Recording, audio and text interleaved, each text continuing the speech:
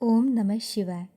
परमपूज्य गुरुदेवता श्री कलावती माता लिखित श्रीकृष्ण प्रताप. मागील भाग पुढे चालू.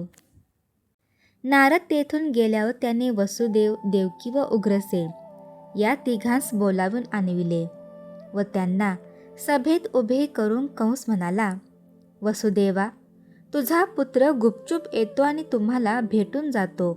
ही गोष्ट आज मला समजून चुकली आहे. करिता आज मी तुम्हा तिघांचा शिरच्छेद करणार.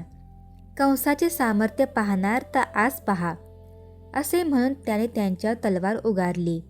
त्या समयी ते तिघे जण मानाखाली घालून हात जोडून उभे होते.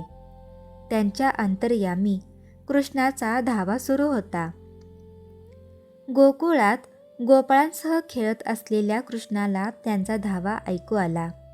त्या क्षणी कृष्णाने आपल्या तोंडातून सुदर्शन बाहेर काढले आणि जा कंसाच्या सभेत आणि वसुदेव, देवकी व उग्रसेन यांचे संरक्षण कर असे सांगितले. त्याप्रमाणे ते सुदर्शन कंसाच्या सभेत गेले आणि त्या तिघांभोवती गरगरा फिरू लागले. त्याच्या तेजाने भोवताली असलेल्या कंसदूतांची शिरे पटापट तुटून पडली. लगेच सुदर्शन अदृश्य झाले. तेव्हा कंस त्या तिघांना उद्देशून म्हणाला, तुमच्यावर देवाची पूर्ण दृष्टी आहे, म्हणून तुमच्या नाशार्थ मी कितीही प्रयत्न केले तरी तुमच्या केसाला सुद्धा धक्का लागत नाही. तेव्हा तुमचा कैवारी मोठ्या सामर्थ्यवान आहे, यात काही शंका नाही.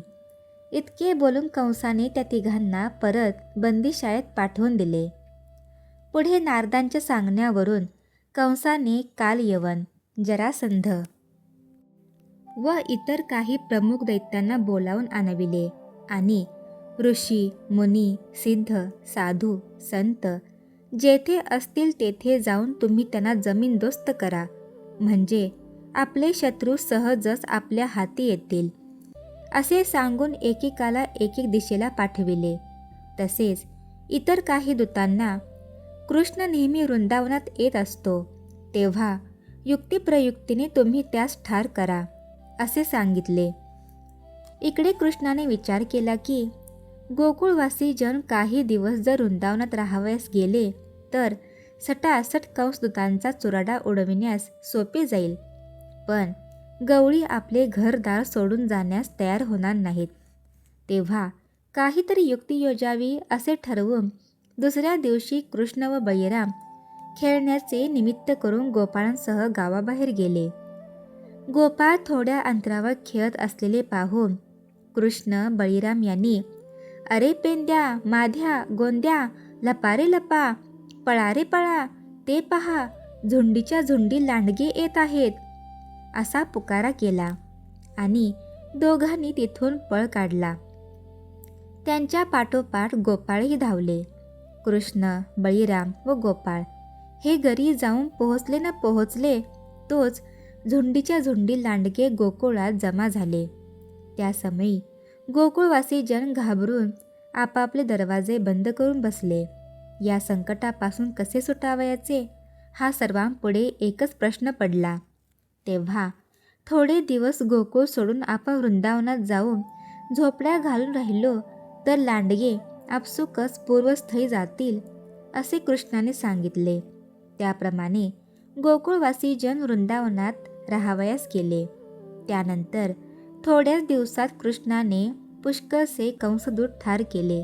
त्यावर यापुढे आपण काय करावयाचे या चिंतेत कंसासूर मग्न झाला.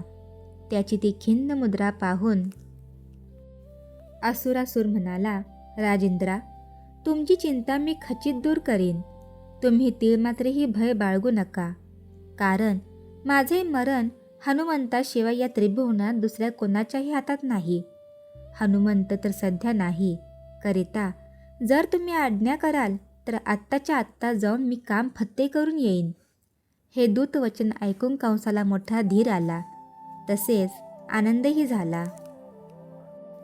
श्री सद्गुरुनाथ महाराज की जय.